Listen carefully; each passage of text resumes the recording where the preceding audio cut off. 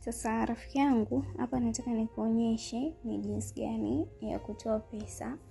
Hapa 26 pesa, yani ukishaangalia zile video zako ukalipwa, inabidi sasa utoe pesa. Kwa hapa nakuelekeza njia rahisi ya kutoa pesa. Kwa hiyo utaingia hicho kipengele hapo kimeandikwa cash out. Ukishakigusa tu hapo kitakupeleka moja kwa moja sehemu ambayo itakuwezesha kutoa pesa. Kwa hiyo nitagusa hapo, alafu itanileta sehemu kama hiyo. Sasa hapo nitagusa sehemu imeandikwa enter amount ili niweke kiasi cha pesa ambacho nataka kutoa.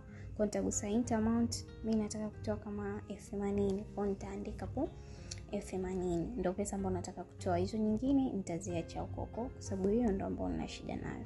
Kwa ili nitoe sasa rasmi nitagusa hiyo sehemu imeandikwa withdraw hapo pembeni.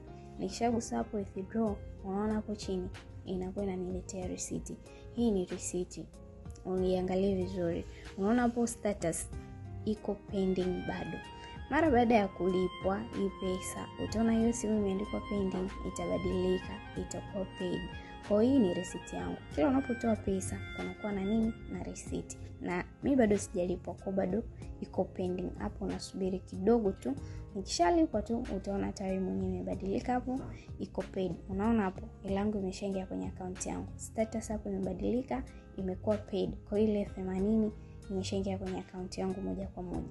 Iko paid hapo. Ngoja tuangalie sasa message. Hiyo hapo ni pesa message. Imethibitishwa nimepokea 80 kutoka kwa Moses Technology. Hiyo tayari pesa yangu imeshafika vizuri ndani ya muda mfupi sana. Yaani hapa sisi hela tunatoa automatic tu. Ndani ya sekunde chache tu hela yako inakuwa inatoka kama hivyo. Unaona muamala nimeview kwa ndani kama hivyo onekane vizuri. 80 kutoka kwa nani? Kutoka kwa Moses. Mtaji ni 10,000 tu. Hautoi zaidi ya hapo. Pesa unakuwa unatengeneza kila siku inakuwa ni kubwa. Hiyo ni ndogo nimetoa, nyingine nimeacha na bado naendelea kutengeneza. Kwa hiyo mimi naweza nikakupa ushauri mdogo kwamba fungua na wewe account kama hii, utapata matokeo sana.